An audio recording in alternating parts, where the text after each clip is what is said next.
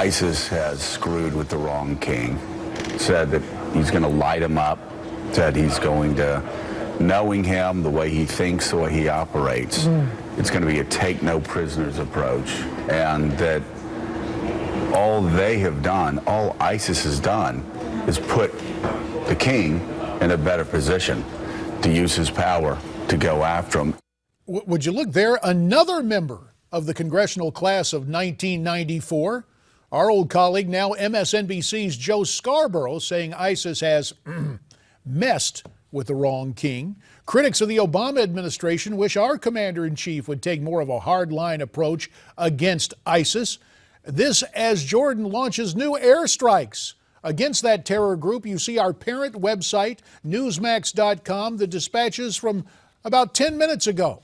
Another round of heavy bombing of targets. Let's continue our discussion with our co-host this hour, our former congressional colleague, Michael Patrick Flanagan, with more on this story. Mike, you have your resume gives you a unique perspective on this. Before you were a member of Congress, you were in the armed services. Then, following your days in Congress, you actually worked with the State Department in Iraq. So you know the area, you know the politics, you know what's at stake. What's this president going to do? Well, King Abdullah in Jordan has done a terrific job. And I think he has taken a lot of pressure off of the national security advisors and the Obama administration by showing the kind of spine and showing the kind of gumption that we hoped would happen in our government when our guys were beheaded instead of a round of golf. I think that the difficulty that this administration is going to have is going to be continuing to lead from behind in the Mideast. The Arabs have said on any number of occasions that they will gladly join for ISIS, but they need to be led by us. And we have rejected that again and again. Again, I've observed before, if we had sold Iraq the weapons that they needed when ISIS was just in Anbar, we wouldn't be having this discussion now. If we had sold them the weapons they needed when they crossed the border, we wouldn't be having this discussion. If we would just sell the Kurds what they want now, at least that would be a good start to it. But we simply won't make these sales, and I don't understand why, and I don't think anybody really does. The Ukrainians are asking us for Javelin missiles to penetrate Russian armor. We won't even sell to the Ukrainians, a NATO ally. So I don't understand this administration at all when it comes to this stuff. But now, and you mentioned weapons sales, now with Jordan and the popularity in the United States of King Abdullah and the need the Jordanians have for weapons, isn't it a lot easier in terms of public opinion for the president to give the Jordanians what they need now? I don't know how it would have been hard with public opinion to sell any of those folks the weapons that they wanted to fight ISIS, but certainly there is no impediment to selling the Jordanians just about anything they want now to fight ISIS, and I really wish the administration would fast-track that and get it done, if indeed they're even working in that direction. Well, the other thing we hear, and the president said it in his State of the Union message, he wanted a resolution of force to go after ISIS. But so far, the White House hasn't sent anything down Pennsylvania Avenue, up Capitol Hill. They just dragging their feet, or they don't know what they want to do. You're right. I mean, and it's once again, he's hoping that the Republicans would generate a bunch of bills and have a lot of flurry and send a bill to him. And they're wisely waiting for the president to come and ask for it, which is appropriate. And the president just doesn't want to have his fingerprints on this. It's crazy. I mean, he doesn't view international terrorism as a threat. He doesn't view Putin as a threat. He doesn't view any of these as a threat to the United States. The only threat he sees are Republicans and the threat to the Democrats in the next election. He can't see beyond that, and it's killing us in foreign policy. We've got about 3 minutes left, and I understand the president today is supposed to release the document known as the National Security Strategy. Now, you can't have a more ironically named document when you take a look at the difference between theory and practice.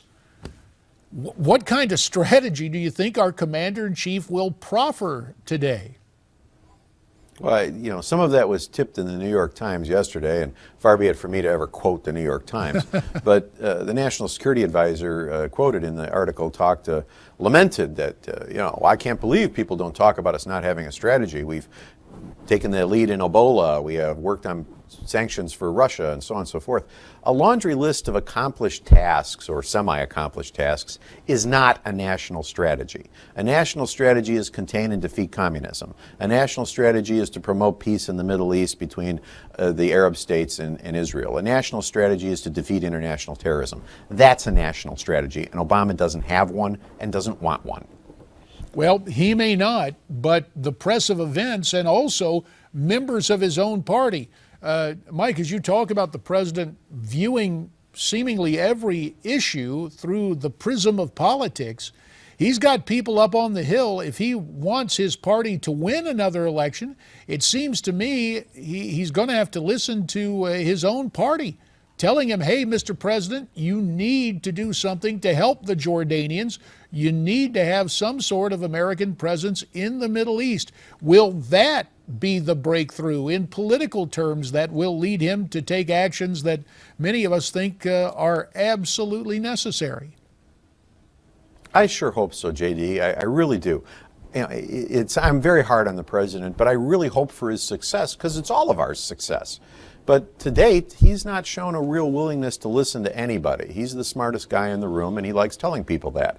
I mean, when you go so far as to have Chuck Schumer actually say, the Democrats did some really wrong stuff in the first couple of years, that's a huge admission and a huge bend to be able to say, let's try and get along, let's try and move forward, let's try and get some things done. When someone like Chuck Schumer says that, it's time to listen.